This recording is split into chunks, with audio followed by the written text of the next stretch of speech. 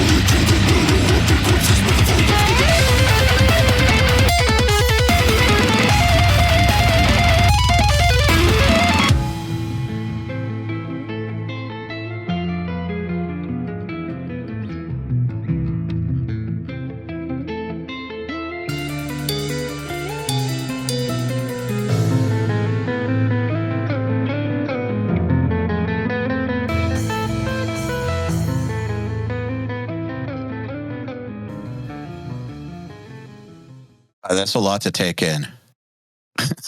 So much musical information. So first things first, I mean, this is super obvious, but the intro is totally dry.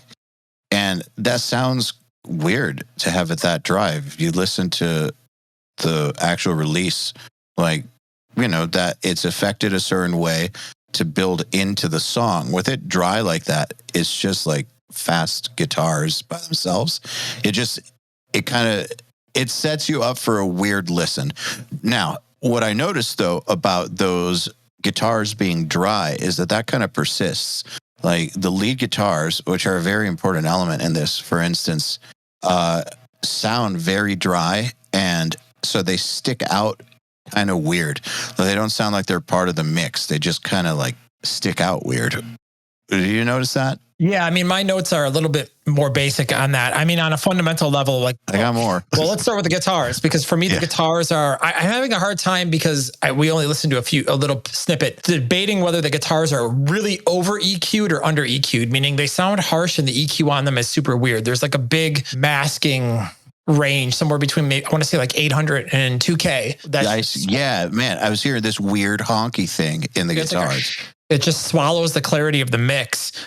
And that really kind of, I'm just reading my notes here, it really kind of threw me off. So like the guitars, if we go back, because we've been doing EQ training at URM this week or the last few weeks, a lot of masking frequencies, meaning that I would notch some frequencies in the top end, like they're not EQ'd correctly, and they have to be EQ'd correctly and dialed in very precisely for this kind of music. So that's my first note. I noticed that too. There's just this weird mid-range thing that is just so loud and so obvious, and it just swallows other instruments. And okay, so talking about weird EQ on things, I think the cymbals too. There's too many harsh frequencies on the cymbals, and the accent cymbals also, kind of like the lead guitars, they don't sound like part of the kit. It's like you have the overheads where he's playing the drums in the overheads, and there's this level for the cymbals.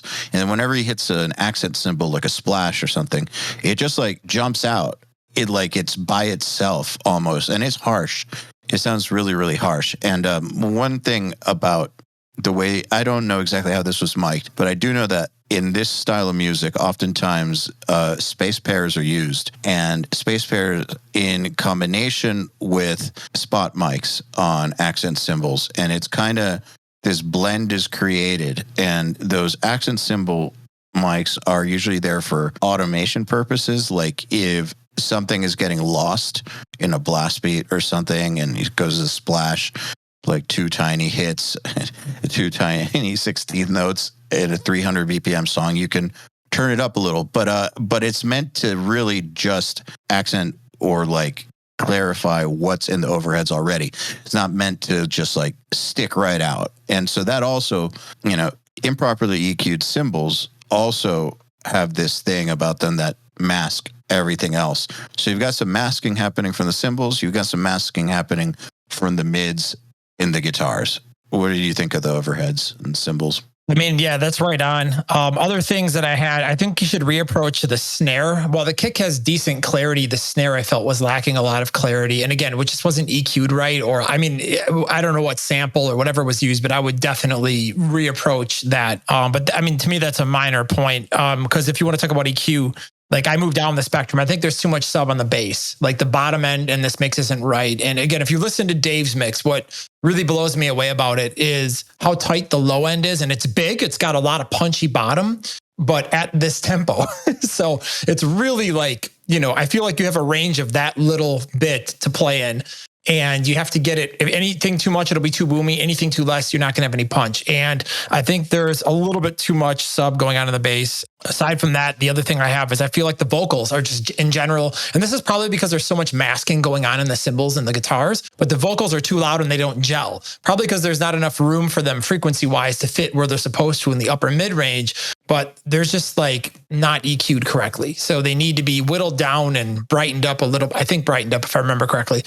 It needs work. Like it doesn't fit together like a puzzle. It's very loose right now, and everything is just kind of disconnected. Vocals sound strangely dry. Yeah. And they just stick out weird, which is it's just a common theme in this mix is that lots of these lead elements, and not just lead elements, because the cymbals too, but like they just stick out weird. And the vocals, like the lead guitar, feel overly dry. And so it's just like almost vocals in space. You gotta get the ambiences to gel, if that makes sense. So that's why, for example, if you're using like one common reverb send or one common delay send for everything, it's a lot easier to get a mix to sound cohesive instead of a different reverb plugin on every single element that you want to reverberate. So that's something to maybe consider depending on the approach that you took. Yeah. And I'll say this, I'm hearing, as far as the bass goes, I'm hearing more of the highs from the bass than actually hearing it lay a foundation, though I do think that the low end is jacked. I'm not hearing it tight enough to lay a foundation. So it's just like rumble. So rumble and some high end, and that high end of the bass, it stands out again as two separate. Like it's not supporting the mix. It's just bass, loud fucking bass. There's all kinds of problems with this mix. Is this a redo? I don't know. I mean, I feel like it could I think it's fixable. I mean, again, sometimes like some of these moves on the guitars might be an issue of just like a wide notch at a certain range for 2 to 2.5 dB. And then all of a sudden it's like, oh, now I can hear the cymbals. Now I can hear the vocals. Bring it down, adjust the balance, a little bit of here, a little bit there. I mean, just like we did last week in EQ training, just like repositioning things around the spectrum a little bit can kind of totally change the way your mix sounds with some very, very small moves, like a dB or 2 here or there. So it's at the point where if they picked a new snare sample and just a little bit of EQ, we'd be there. Yeah, definitely. I don't think this is a start from scratch. Hey, everybody. If you're enjoying this podcast, then you should know that it's brought to you by URM Academy. URM Academy's mission is to create the next generation of audio professionals by giving them the inspiration and information to hone their craft and build a career doing what they love. You've probably heard me talk about Nail the Mix before, and if you're a member, you already know how amazing it is. At the beginning of the month, Nail the Mix members get the raw multi-tracks to a new song by artists like Lamb of God, Angels and Airwaves, Knock Loose, Opeth, Meshuggah, Bring Me the Horizon, Gojira, Asking Alexandria, Machine Head, and Papa Roach, among many, many others. Over 60 at this point. Then at the end of the month, the producer who mixed it comes on and does a live streaming walkthrough of exactly how they mix the song on the album and takes your questions live on air. And these are guys like TLA, Will Putney, Jens Bogren, Dan Lancaster, Tui Madsen, Andrew Wade, and many, many more. You'll also get access to MixLab, which is our collection of dozens of bite-sized mixing tutorials that cover all the basics, as well as Portfolio Builder, which is a library of pro-quality multitracks cleared for use in your portfolio, so your career will never again be held back by the quality of your source material. And for those of you who really want to step up their game, we have another membership tier called URM Enhance, which includes everything I already told you about and access to our massive library of fast tracks, which are deep, super detailed courses on intermediate and advanced topics like gain staging, mastering, low end, and so forth. It's over 500 hours of content, and man, let me tell you, this stuff is just insanely detailed.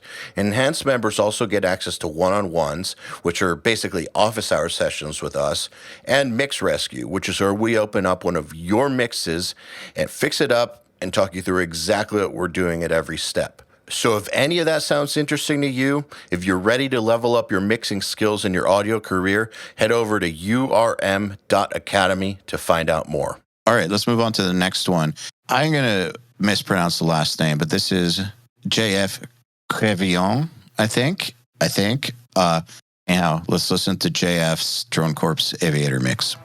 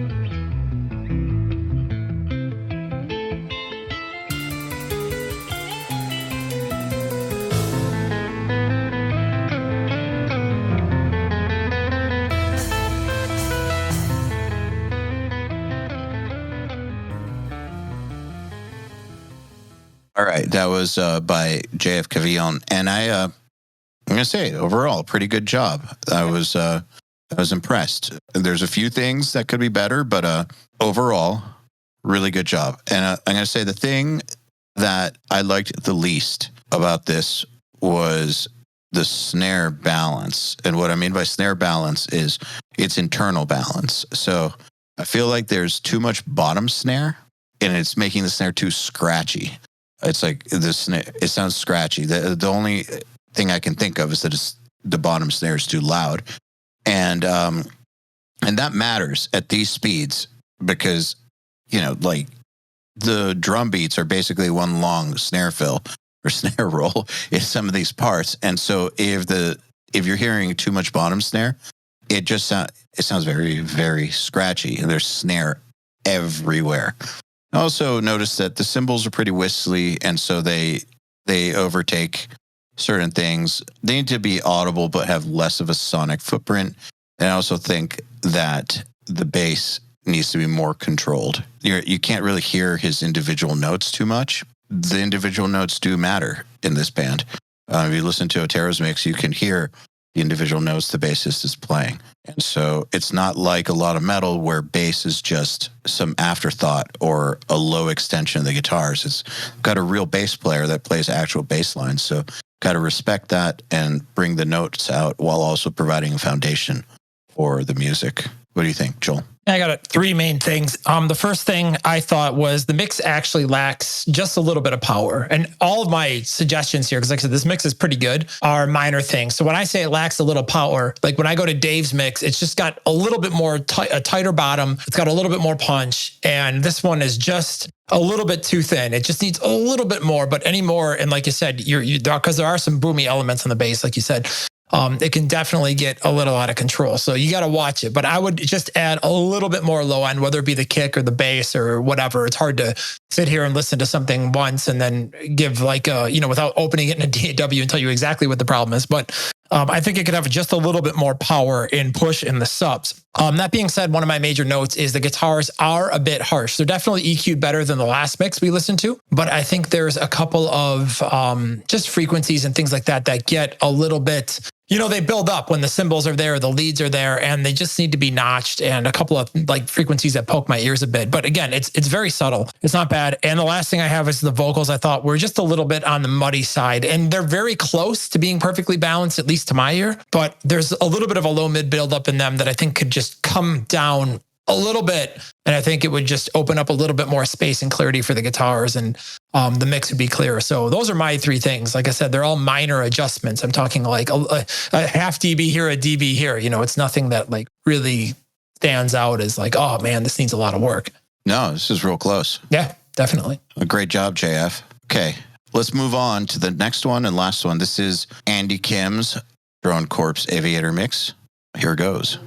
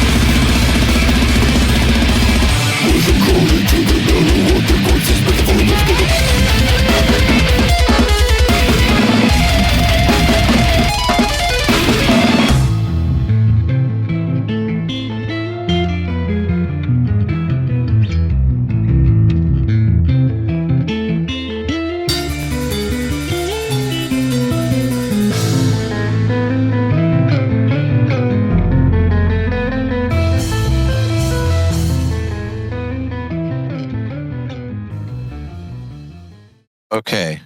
That was Andy Kim's mix. That mix is very painful to listen to. Do you think so? Yeah, this one to me goes into the redo category, and I have a number of notes. So I'll let you start. So there's this weird noise happening in the high mids. And earlier, when I made my notes, I was thinking that it was the cymbals, but I couldn't totally tell. And now I'm thinking that there's this, it's like the distortion on the bass is creating this weird sound. There's this weird noise happening throughout. Okay, so I can barely make out any guitar definition on anything but the high parts. Anytime the guitars aren't playing up high, they're lost. The drums sound completely distorted, like there's Decapitator on the snare or something, like, or Devil Lock or something. It just sounds crazy. The cymbals are painful. The mastering is weird. I can hear pumping all over the place, especially the clean parts. The volume is just shifting so much.